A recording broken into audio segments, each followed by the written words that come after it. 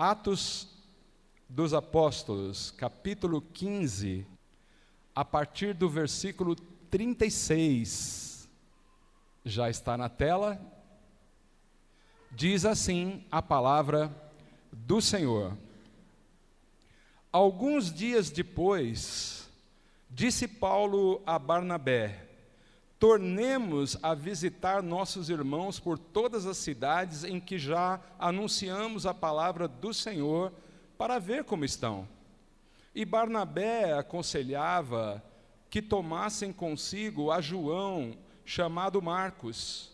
Mas a Paulo parecia razoável que não tomassem consigo aquele que, desde a Panfilha, se tinha apartado deles e não os acompanhou naquela obra. E tal contenda houve entre eles, que se apartaram um do outro. Barnabé, levando consigo a Marcos, navegou para Chipre, e Paulo, tendo escolhido a Silas, partiu, encomendado pelos irmãos à graça de Deus, e passou pela Síria e Cilícia, confirmando as igrejas. Quem crê que estas são palavras do Senhor para a nossa vida, faz um sinal assim com a mão. Glórias a Deus. Todos que fizeram esse sinal, pode expressar esta fé aplaudindo esta palavra. Glórias, aleluias ao Deus Pai, Filho e Espírito Santo, o único Deus. Ele é digno de receber toda a honra e todo louvor. Agradecemos, Senhor, por tuas palavras. Os amados podem sentar-se. Glórias a Deus. Queridos, eu buscando em Deus a palavra que viria para o coração da igreja nessa noite, em oração, em meditação, eu cheguei até este texto. E olha, a primeira coisa que me chamou a atenção em relação a isto que acabamos de ler aqui, foram os envolvidos: Paulo, Barnabé e Marcos. Observem que são 3 homens de Deus, 3 pessoas que são referência na fé para todos nós. Paulo, o apóstolo, já tão conhecido. Barnabé, também apóstolo. Aquele que inclusive resgatou o apóstolo Paulo. Aquele que, quando ninguém acreditava em Paulo, Barnabé foi buscá-lo lá na cidade de Tarso, trouxe de volta para a obra do Senhor. Esse foi Barnabé. E Marcos, que também aí é chamado de João Marcos, seu nome completo, é o Marcos que escreveu o 2º evangelho. Na casa da mãe do Marcos aconteceram a Santa Ceia do Senhor e a descida do Espírito Santo no dia de Pentecostes na casa de sua mãe. Estamos então falando de gente relevante, estamos falando daqueles que foram, aliás, usados pelo Senhor. Muito bem, meus amados, mas quando eu chego no versículo 39, eu percebo aí que houve uma contenda entre eles. E não foi uma contenda qualquer. A Bíblia diz que é uma contenda tal que eles chegaram a se separar. Aí eu parei então para pensar nisso, e eu comecei então a pensar no que aconteceu. Lembrei do episódio em que, quando o apóstolo Paulo estava fazendo a sua primeira viagem missionária, e Barnabé estava com ele, Barnabé levou também o seu sobrinho, exatamente o Marcos, que num determinado ponto da história, talvez por imaturidade, talvez por inexperiência, muito novo ainda, não preparado para aquilo que estavam enfrentando naquela viagem que não era fácil, ele acabou desistindo e voltando para trás. O apóstolo Paulo, então, agora, está disposto a voltar pelas mesmas cidades. E o Barnabé sugeriu, vamos levar o Marquinho? Mas o apóstolo Paulo não aceitou. Então eu comecei a ver aí, através desse episódio, eu comecei a ver que eles representam 3 perfis que podem ser encontrados entre nós aqui na igreja. Talvez seja a partir deste ponto que você vai sentir o que o Senhor quer falar ao teu coração. E vai ter a certeza de que esta palavra não é apenas para contar aquilo que aconteceu com os 3 naquele tempo, mas ela diz respeito à tua vida. Sim, porque eu sei que cada um de nós presente aqui nesta noite tem uma história no Evangelho, tem desafios na vida, carentes de uma direção, carentes de um mover de Deus. Estão alguns, inclusive, passando por situações terríveis, carentes de coisas que só Deus pode fazer. E quero dizer a todos que uma das maneiras mais eficazes, a mais vista entre nós, a mais vista em todos os tempos, é Deus trabalhando em nossa vida através da sua palavra. Quem crê? Quem crê pode dar glórias a Deus. Sim, porque a palavra do Senhor é poderosa, o Evangelho de Jesus Cristo é poder, a liberdade está na palavra do Senhor, a cura está na palavra do Senhor, a direção está na palavra do Senhor. E a gente recebe uma palavra como essa, no primeiro momento assim, a gente fala, e aí? Bom, e aí tem muito a ver conosco. Por quê? Paulo, ele representa aquele irmão zeloso na obra, rigoroso, aquele que não admite em hipótese nenhuma que não seja de acordo com a palavra, que não seja da vontade de Deus. É aquele que é e deseja que os irmãos também sejam comprometidos, que não falhem, que façam o máximo sempre. Assim era o apóstolo Paulo. E nós temos irmãos assim entre nós. Alguns que gostam até de serem tratados dessa maneira, com rigor, com disciplina. Já tem outros que são como Barnabé, mais misericordiosos, dispostos a dar uma chance para aqueles que não foram tão bem numa primeira experiência. Um coração mais pastoral, que deseja que o irmão se reconstrua. E já tem gente como Marquinhos, o João Marcos. Gente que se pôs a fazer algo, mas uma fragilidade, uma fraqueza, alguma coisa que pode ter surgido na situação que ele vivia naquela hora. E ele não suporta ir em frente. Ele até gostaria, mas não deu para ele. Então ele para. Ele abandona o que estava fazendo. Ele não se sente mais capacitado de prosseguir. Ele acha que se ele continuar, não vai dar certo. Talvez pense que Deus não está olhando para ele e desejando que ele participe daquela obra. Então o que ele faz? Ele se retira. Hoje nós temos esses 3 perfis. Isto mostra que a igreja, ela não é composta de pessoas perfeitas, de pessoas que nunca erram, de pessoas que nunca desistem.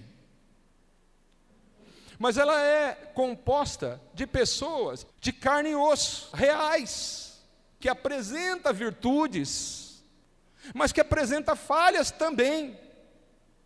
Por exemplo, quem é que não pode admirar o zelo, o rigor que Paulo tinha pela obra? Mas a gente precisa pensar, diferente do que ele pensava, ele falhou, porque João Marcos foi recuperado. O menino voltou, agiu e se mostrou útil. Então, o muito rigoroso, ele corre o risco de falhar nisso, não dando oportunidades para aqueles que podem recomeçar. O Barnabé, parece que foi o que mais acertou. Porque ele de fato abriu as portas para quem tinha falhado. Eu não tenho dúvidas de que nós todos precisamos abrir as portas para aqueles que falharam, seja conosco, seja com a igreja, seja no trabalho que fez. Ora, irmãos, o versículo não é bem assim do jeito que eu vou falar não, mas quem é perfeito que atire a primeira pedra. Nós não somos. O Barnabé foi misericordioso, a virtude dele estava nisso. Porém, ele corria um risco também de confiar, de entregar, de ameaçar aquela obra com alguém que não estava nem aí, com alguém que poderia ter falhado de novo. Era um risco também. E o Marcos? Primeiro, ele foi na primeira viagem, afinal de contas, quando estavam lá, querendo saber quem é que ia para aquela missão, ele se apresentou. Falou, não tio, eu vou com o tio.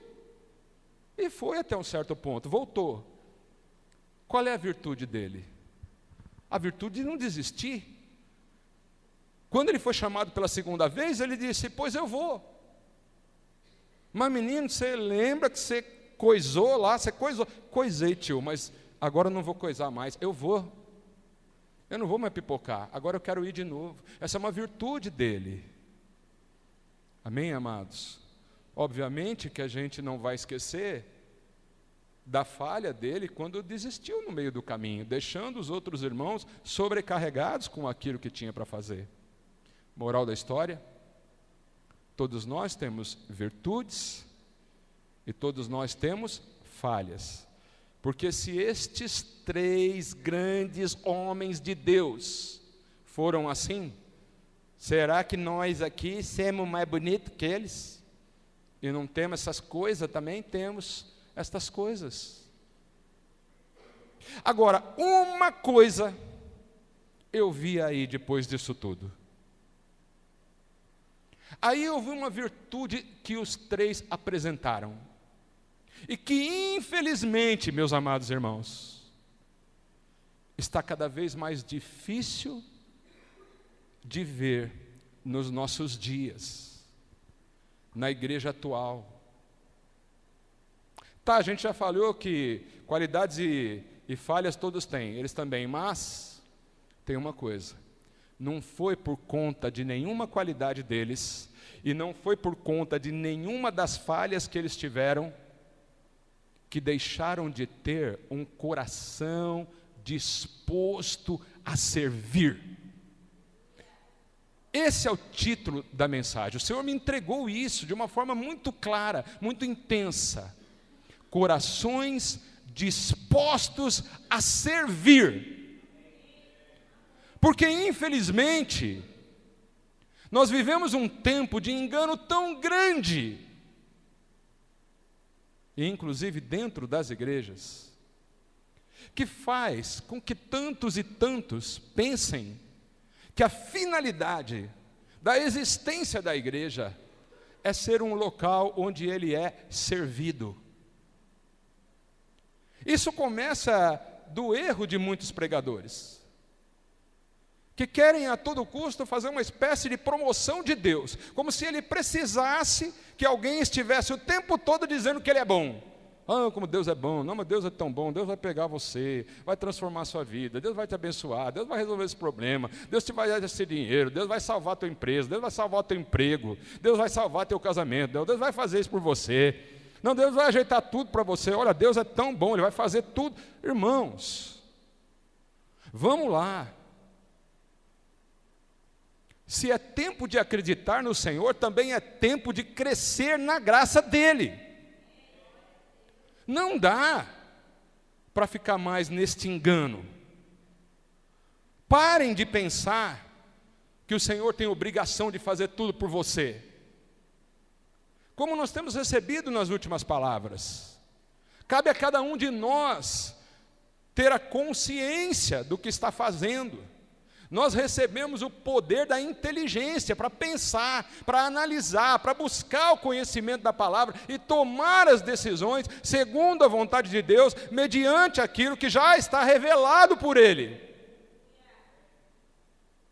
E sofrendo o que for, como Jó sofreu, reclamou, não teve a paciência que o ditado popular prega, mas não abandonou a fé, permaneceu servindo ao Senhor, dando glórias a Ele, e quando falou besteira, falou dele mesmo, não falou de Deus. Como tantos que diante de um resultado negativo já começa a pensar, viu, onde é que estava Deus que me ajudou nisso? Sabe, amados, o Senhor tem ministrado muito forte nos nossos corações. Vou dar um testemunho rápido aqui, coisa que eu não costumo fazer. Mas sinto de dizer que eu, a pastora, tomamos algumas decisões recentes que são fortes, são sérias, que precisam ser tomadas com grande responsabilidade. E fizemos isso. Tomamos decisões, conscientes até. E agora, nós estamos na total dependência de Deus para concluir o nosso plano. Total dependência dEle. Num tempo que está completamente adverso ao que nós estamos querendo fazer. E sabe o que eu quero dizer sobre isso? Sabe qual é o meu testemunho sobre isso? Não é só sobre a confiança que eu tenho que Deus vai agir na minha vida, mas eu tenho um testemunho para dar aqui, que temos conversado muito, eu e ela. Deus não tem obrigação nenhuma de fazer o que eu estou querendo. Não tem. Ele não fez essa promessa para mim. Eu decidi. Nós decidimos, aliás. E cremos que Ele é misericordioso. Mas se não acontecer o que nós queremos, tenham certeza de uma coisa: eu estou completamente disposto a continuar servindo ao Senhor, pregando a palavra dEle, ensinando Sua palavra, incentivando meus irmãos e participando da obra, onde quer que eu seja chamado. Isso eu declaro para ficar gravado no tempo e no modo do Senhor, que Ele trabalhe em nossas vidas. A questão é que muita gente, diante das questões, que tantas delas acontecem justamente porque as decisões tomadas levaram a isso. Não se trataram de revelações ou propósitos divinos, mas apenas sonhos, planos, que não tem nada errado com isso. Mas, amados, onde estão os corações dispostos a servir? Porque no Evangelho de Mateus tem algo que Jesus diz, e eu quero muito que você ouça isso com bastante atenção. Evangelho de Mateus, capítulo 20, a partir do versículo 25. Vamos ver o que diz, presta atenção. Então Jesus, chamou os discípulos, para junto de si disse: bem sabeis que pelos príncipes dos gentios são estes dominados, e que os grandes exercem autoridade sobre eles. O que o Senhor está falando? Está falando assim, ó, vem cá, existe aí os príncipes dos gentios, os principais, os bonitão, os grandões, como a gente diz hoje. E esses grandões, os patrões, os donos das coisas, né, os que estão por cima da carne seca, como se diz, eles mandam nos pequenos, eles dominam, eles exercem autoridades sobre os pequenos, autoridade bruta, de sanções, de impostos, de pressões.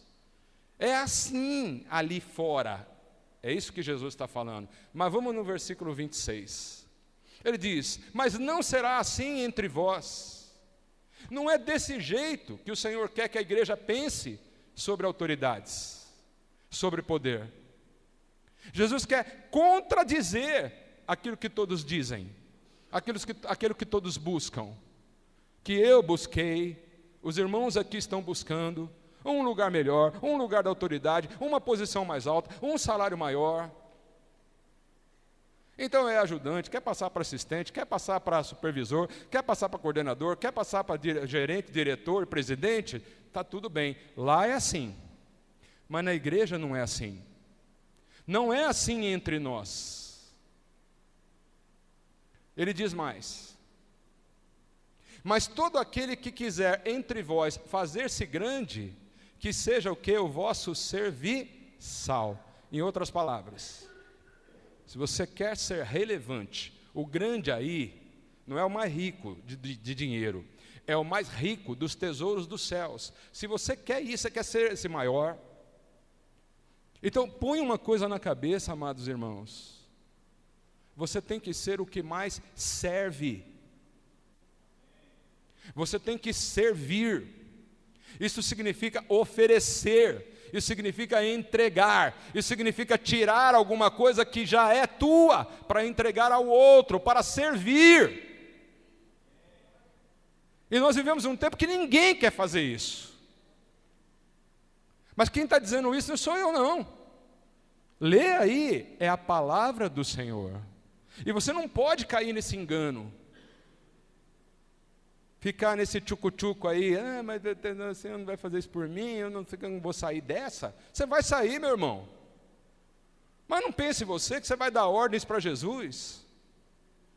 Mas ele fala mais, olha o versículo 27, ele diz assim: e qualquer que entre vós quiser ser o primeiro, que seja o quê? O vosso servo. Quem entendeu isso? Levanta a mão, por favor. Você entendeu isso? Seja o vosso servo. Ele fala no versículo 28 sobre ele. Vamos ver. Bem como o Filho do Homem não veio para ser servido. Agora eu pergunto, irmãos, é bonito isso? Se ele que é ele é o Filho de Deus como Deus, é o Filho de homem que veio como homem sendo Deus, para cá, para ficar no meio de nós, no meio dessa raça aqui que a gente conhece bem, porque nós somos dessa raça, nós sabemos como é que é ser humano. Você não sabe como é que é ser humano? Você sabe das falhas, tem virtudes, mas sabe que ser humano falha. E Jesus veio para ficar no meio dessa raça que falha. E ele diz: eu não vim para ser servido. Ele não está interessado naquilo que você pode fazer por ele. Agora é bonito, se ele não veio para ser servido, mas para servir, agora nós vamos fazer o contrário. Quem é o nosso exemplo? Quem é o nosso mestre? Com quem nós temos que aprender, amados? Então, tomem cuidado com essas ofertas banais que tem, inclusive no meio evangélico. Oh, você é menino dos olhos de Deus. É, irmão, mas calma lá, não é assim do jeito que a gente pensa. Ah, porque você é o chuchuzinho de Jesus. Calma, irmãos, não é desse jeito, não pensem assim. Isso não vai te fazer crescer. Isso vai atrasar a tua vida, vai detonar com a tua história, você vai acabar deixando de tomar decisões importantíssimas, e vai ficar refém de uma coisa que o Senhor nunca disse, mas Ele disse o quê? Se você quer ser o primeiro, seja o que serve. Quem está disposto a servir? Quem você tem servido? Quem você tem servido? Porque com efeito, muitas vezes nós não servimos nem aqueles que estão na nossa casa.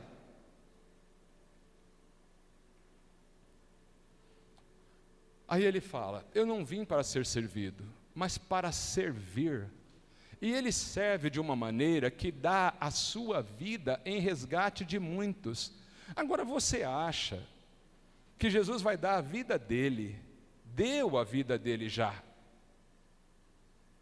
do modo como você conhece, na cruz, para a gente ter um bem-estar, para a gente ficar de bem com a gente mesmo, para ficar de bem com os nossos irmãos, para estar satisfeito no trabalho.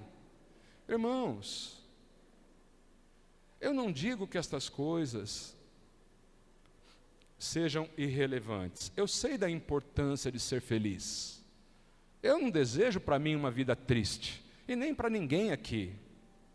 Mas entendam, o Senhor não diz que veio para te fazer feliz. Olha, imaginem uma festa de casamento. Eu gosto dessa analogia, né?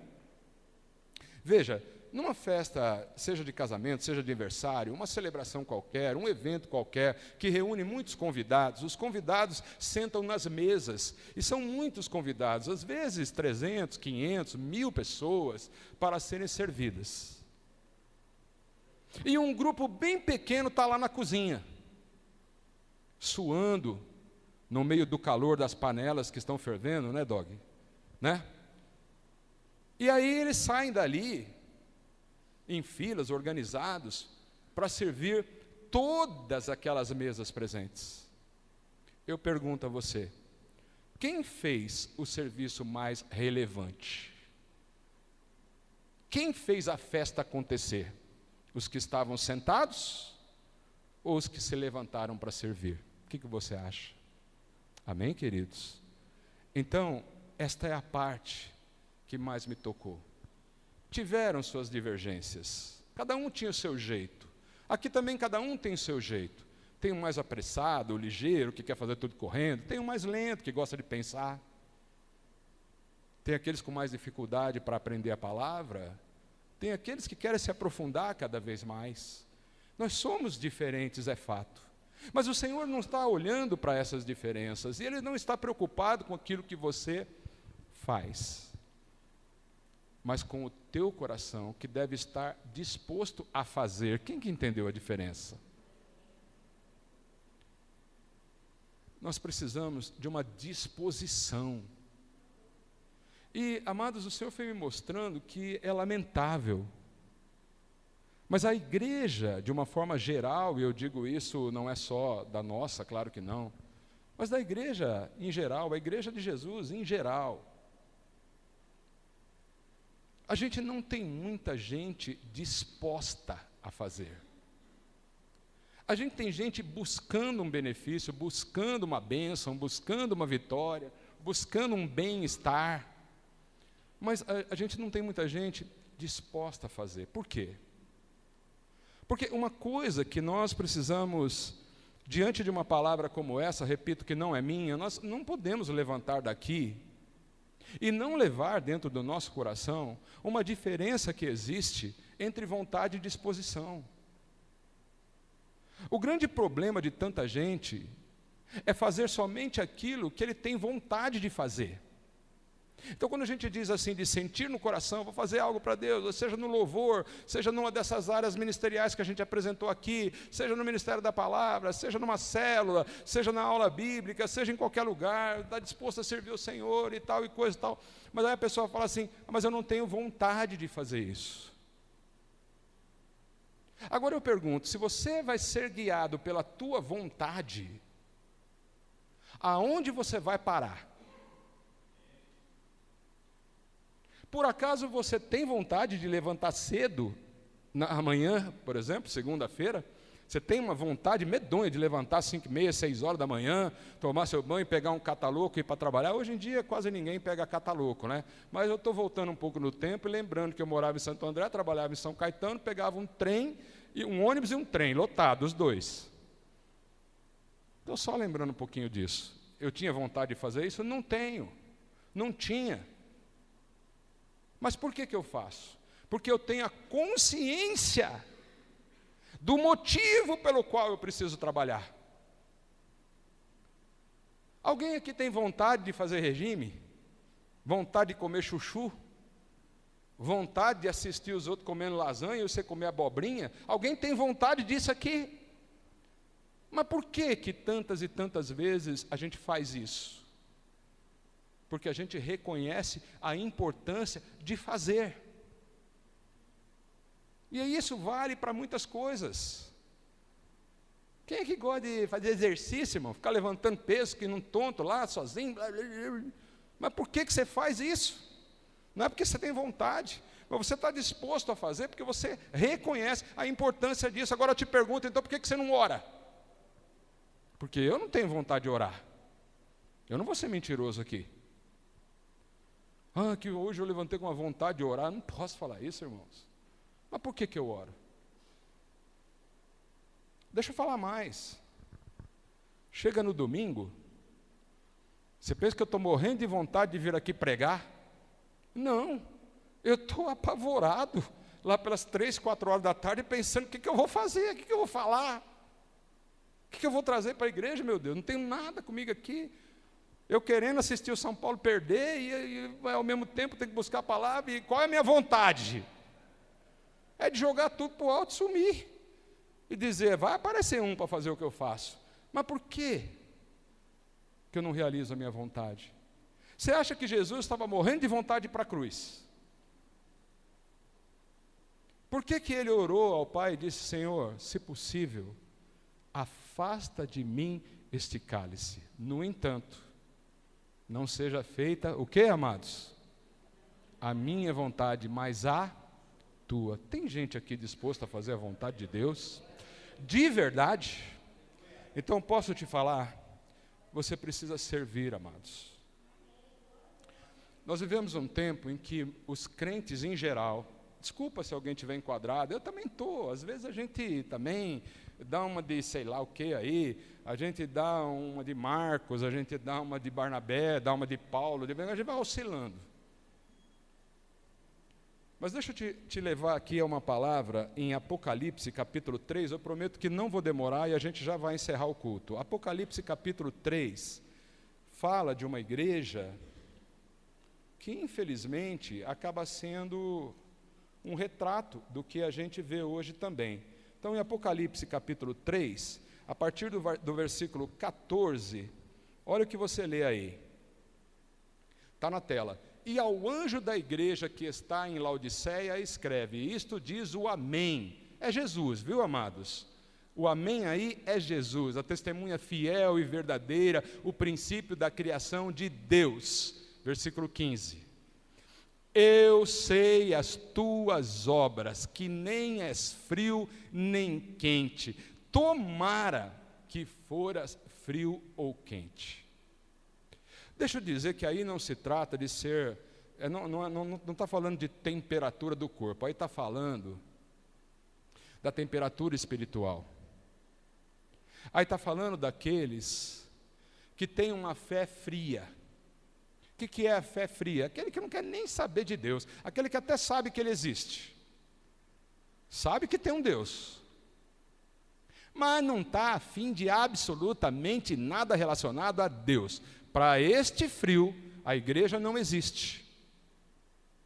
Evangelho não significa nada. Jesus, Deus, não me venha com Ezequiel, não me venha com Daniel, ele não quer saber de nada, ele é frio. O quente é aquele que tem um fervor espiritual mais forte. Isso é bom, aquela pessoa que, mesmo na maior dificuldade, ela diz, vamos em frente porque o Senhor é conosco, aleluia. É aquele que dá glórias a Deus no culto sem ter que pedir. Aliás, deixa eu aproveitar para dizer que você tem uma coisa que olha, irmãos, eu não consigo, é ficar implorando para que a igreja dê glórias a Deus. Então, se você quiser dar um glórias a Deus agora, fique à vontade. Amém, foi você que quis. Não fui eu que mandei. Aliás, essa é uma das encrencas que eu tenho com o pastor Gilmar. Que ele fica aqui, amém, amém. Ele não tem que falar amém, obrigado, né, pastor? A gente também tem nossas divergências. O Paulo e o Barnabé tinham. Por que nós, né, que somos infinitamente menores, né, não podemos ter? A gente tem também. Mas o quente é aquele que dá glórias a Deus sem ter que pedir. É aquele que em tudo ele vê a presença de Deus.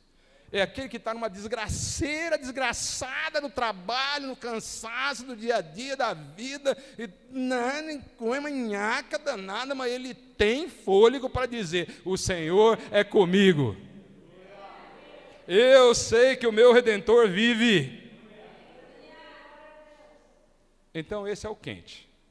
Agora, o que não está disposto, o desanimado, o desconjumbrado da vida, Aquele que, sabe, assim, até quer fazer assim, coisinha. Ele quer, ele tem uma consciência, de vez em quando bate uns ventos na cabeça dele e ele diz, olha, eu preciso ficar mais firme na oração, eu preciso ficar mais firme com os meus irmãos, eu preciso ter mais comunhão. Ele fica nessa, eu preciso, mas não faz. Não tem a disposição. Não se dispõe. Porque dispor é diferente de ter vontade. Um coração disposto, ele é mais do que um coração que tem vontade de fazer. Porque é um coração que assume responsabilidade. Que vai fazer mesmo sem ter vontade. Tá? Você não está com vontade de fazer, mas você vai fazer porque você entende para quem você está fazendo. Você entende porque você tem que servir. E nem precisaríamos de mais nada, é só dizer, porque esta é a vontade do Senhor. Quem concorda comigo que bastaria chegar até aí? Que nós não estamos mais em tempo de palhaçada, de ficar com o negócio de, o que pode fazer por mim? Fazer a campanha aí das 7 cabeçadas na cruz, para ver se a minha vida melhora e tal, campanha, evento, campanha, e procurar aquilo que te agrada, e procurar aquilo que te satisfaz. Lugar que te anima, lugar bonito, com atrações. Irmãos, é isso que você está vendo na palavra? Você está vendo isso aí na palavra, irmãos? Mas deixa eu te dizer, existem motivos maiores e melhores para servir ao Senhor. Lembrando que servir ao Senhor é servir aos nossos irmãos. Ninguém tem amor maior do que dar a vida pelos irmãos. E o Senhor Jesus nos ensina que Ele não veio para ser servido, mas veio para servir, e servir é dar a vida por amor de nós. É sim fazer alguma coisa, é agir, é entregar alguma coisa. Mas, se isso não é suficiente, eu quero encerrar a palavra aqui, te dando um motivo a mais. Para você sair daqui, não só, eu vi lá uma palavra que falou que eu tenho que estar disposto, mas que sabe como é que é. Não, isso aí você já tinha antes de chegar aqui. Justificar aquilo que você não faz é algo que você já sabia fazer antes de entrar aqui. O que talvez seja importante para cada um de nós, se queremos ser uma igreja madura, uma igreja que serve, uma igreja que não quer perder tempo com as propagandinhas que a gente vê para todo quanto é lado. Então, eu vou te dar um motivo maior. Onde é que está, Júnior? É Lucas o que mesmo? Põe aí para nós. Eu não lembro dos versículos. Acabei de lembrar lá. Lucas 22, versículo 24. Ouçam bem isso, amados, e a gente vai encerrar por aí. Houve também entre eles contenda. Parece que esse negócio de contenda acontece. Entre os discípulos, os apóstolos. Também houve uma certa contenda entre os apóstolos, presta atenção. E qual era a contenda? É um pouco diferente daquela entre Paulo, Barnabé e Marcos, né? Houve uma contenda entre eles, sobre qual deles parecia ser o maior. Olha que coisa importante. Quem é o melhorzão de nós aqui? Versículo 25. E ele lhes disse, Jesus, né? Disse assim, a mesma é par com aquela outra palavra, mas tem algo que eu quero que você leve no teu coração. Eu quero que, assim como eu recebi do Senhor, que vale a pena servir. Que mesmo bastando entender que servir o meu irmão, gastar minha vida com eles, para realizar a vontade do Senhor, já seria suficiente para me explicar isso. Eu vejo que a bondade de Deus, ela de fato excede, mesmo quando a gente não quer fazer a propaganda da bondade de Deus, que é chover no molhado, Ele mesmo faz. Presta atenção nisso, a gente vai encerrar. E Jesus lhes disse: os reis dos gentios dominam sobre eles, e os que têm autoridade sobre eles, eles são chamados benfeitores. Versículo 26. Mas não sereis vós assim, antes, o maior entre vós seja como o menor, e quem governa, como quem serve. E eu sei que todo mundo está entendendo, vamos para o 27. Ele diz: pois qual é maior? Quem está à mesa ou quem serve? Óbvio que é quem está na mesa. Mas porventura, ele pergunta, porventura não é quem está na mesa? Sim. Agora eu, porém, entre vós, sou como aquele que serve. Bom, ele está dando uma pequena cacetada em nosso estômago, né? Ele está apenas dando e dizendo, presta atenção, eu sou o maior, mas eu estou servindo. 28. E vós sois os que tendes permanecido comigo nas minhas tentações. Tentações que têm o sentido de provações. Jesus tinha suas provações. Lembram? Fariseus, poder romano, judeus que não o aceitavam. Ele tinha suas provações. E ele diz: vocês estão sempre comigo. Eu estou vendo que vocês, apesar de verem que aqui nem tudo é mel na chupeta, quem está entendendo isso, amados? Vocês estão vendo que aqui comigo não é que é tudo bonitinho, tudo certinho do jeito que você acha que é. Não, aqui tem provas, aqui tem tentações comigo. Andar com Jesus é tomar uma cruz, amém, amados, ou não? É tomar uma cruz e seguir. Jesus é claro, se você não tomar a sua cruz, você não pode ser meu discípulo, não tem jeito, não dá certo.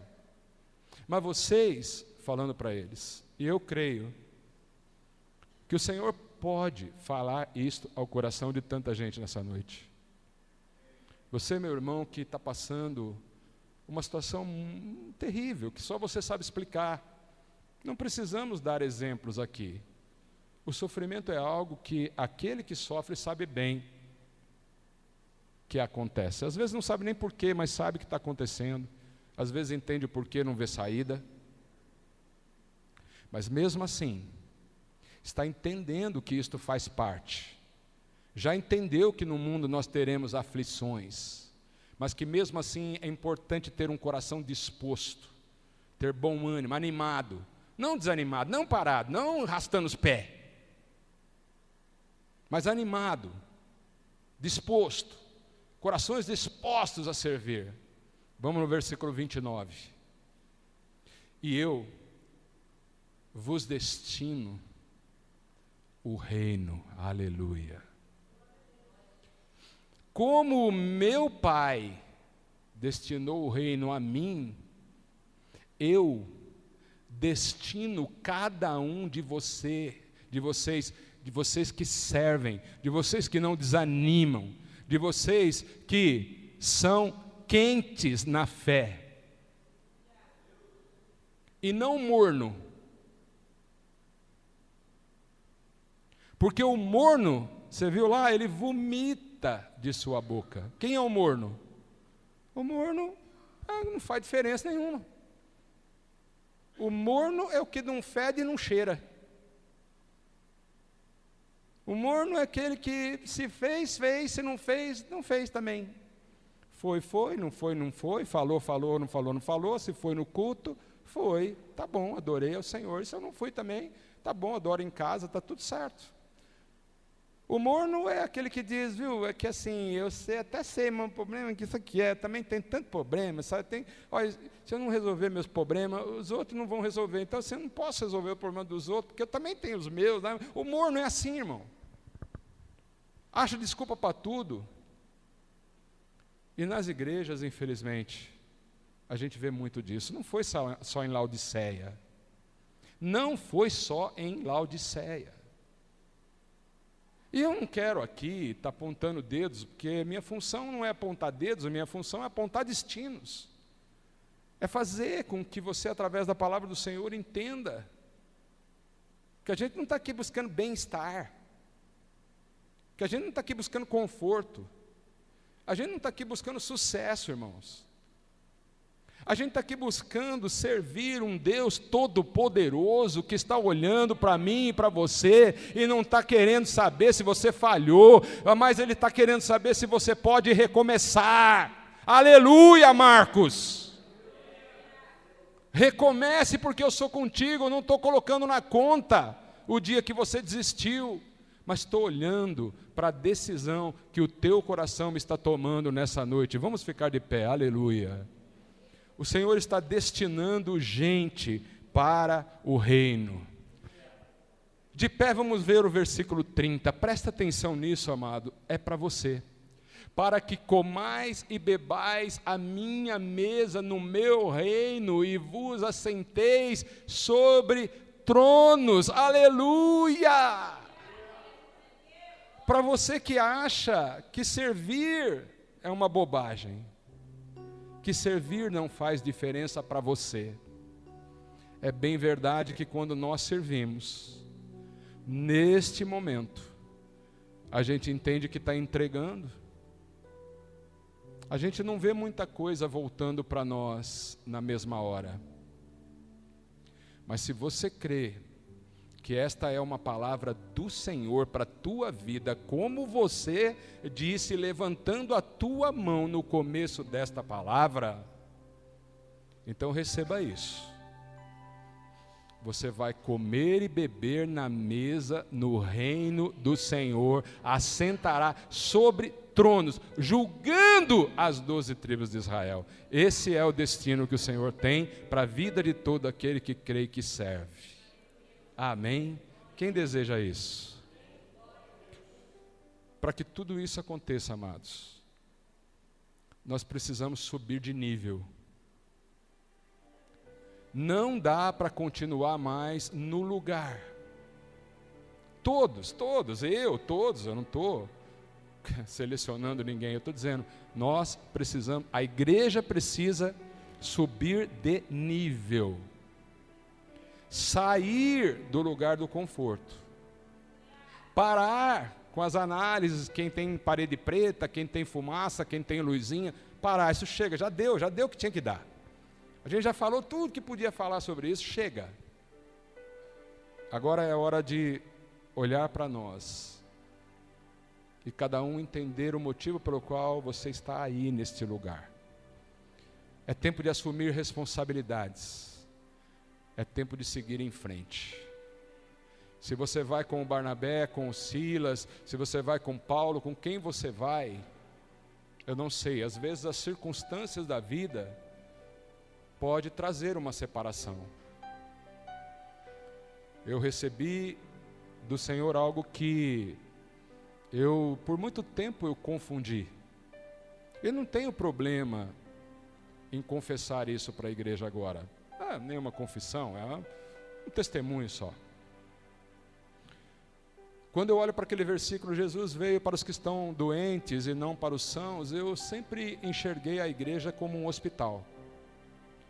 Mas nessa semana eu ouvi um pastor que eu admiro muito, Tassos Licurgo, se eu estou falando o nome dele corretamente.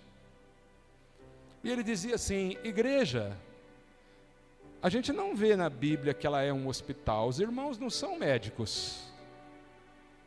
Mas a gente vê na Bíblia, de capa a capa, que ela é um exército, um lugar de guerrear, um lugar de gente valente, não de gente frouxo, lugar de gente quente, e não de gente morno, porque para ser morno é melhor ser frio de uma vez. Mas se é para dar no mesmo lugar, se é para chegar no mesmo resultado, então seja frio de uma vez. Porque o morno fica fazendo de conta que é, mas não é. Ele nunca concretiza. Ele sempre fica Não dá mais, irmãos. Aí ele fala, mas tem um hospital, sim, dentro da igreja. para curar o soldado ferido. Amém? Um hospital de campanha. Mas quando esse soldado é curado, sabe o que ele faz? Volta para a guerra.